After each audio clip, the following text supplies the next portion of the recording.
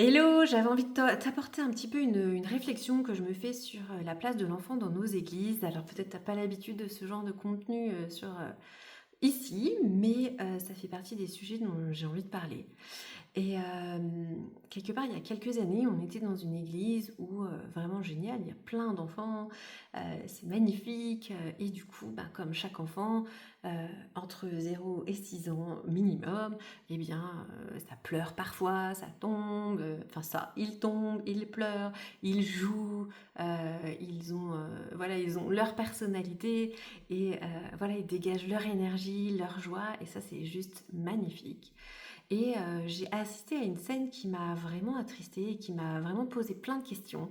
Et cette scène, c'était déjà les parents, ils se mettent un petit peu à l'arrière de l'église, dans un espace où il y a presque que des parents et des enfants en bas âge. Donc vraiment, du coup, on voit qu'ils ont envie de s'adapter aussi et ils ont envie de pouvoir laisser les autres aussi, pas forcément avoir beaucoup. Quoi qu'il n'y en avait pas beaucoup des cris d'enfants quand même, mais ça peut arriver, voilà, parce que c'est normal, ce sont des enfants.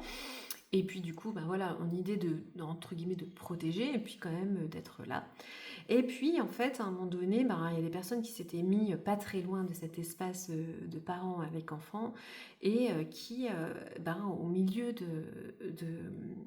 du culte, voilà, ils se retournent et ils font comme ça, en regardant les parents au sujet des enfants.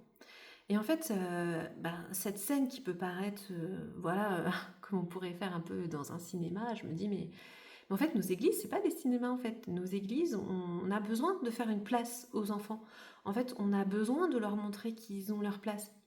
Et je me suis dit, mais en fait, ces parents font quand même déjà beaucoup d'efforts, ces enfants aussi font des efforts, parce que évidemment, les parents disent, fais un peu moins de bruit, ils leur apprenaient à chuchoter, etc. Donc du coup, il y avait quand même une adaptation déjà des parents et des enfants à faire voilà, à vivre ensemble et à se dire, ok, on sait qu'on est dans un espace et on va pas hurler comme si on était à la piscine.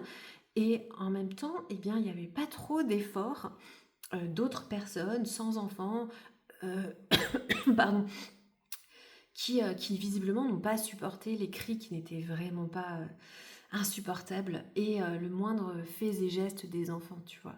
Alors bien sûr, dans cette église, il y avait aussi d'autres personnes qui ont rigolé de voir leurs enfants courir un petit peu partout, aller devant et revenir à leur place. Et évidemment, il y a des personnes qui se sont réjouies, mais ça m'interroge quand même sur... j'avais entendu dans une église un message sur la place de l'enfant, sur comment nous, en tant qu'adultes dans les églises, eh bien, on peut accueillir ces enfants. Comment on peut nous apprendre à vivre avec eux. Parce que finalement, les enfants qui sont là et qui font un peu de bruit, qui jouent, qui crient un peu parfois, qui pleurent, qui ont faim, qui sont fatigués, eh bien, c'est les enfants de demain, ce sont les adultes de demain dans nos églises. Et quelle image, en fait, on leur renvoie. Et comment est-ce qu'on peut préparer l'Église à faire de la place à ces enfants?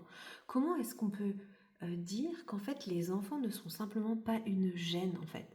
Les enfants n'ont pas besoin de eux-mêmes toujours se suradapter au lieu qu'est l'Église, et comment l'Église en fait elle peut au moins avoir une réflexion dans le sens de dire agissons en tant qu'adultes qui aiment nos enfants, qui accueillons nos enfants.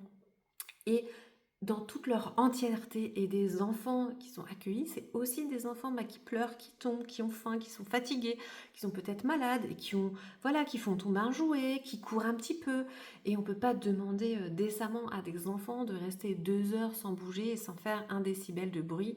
C'est juste pas ok. Et c'est pour moi pas non plus ok de les écarter de l'église et de leur montrer en quelque sorte, vous faites trop de bruit, vous reviendrez quand vous faites pas de bruit.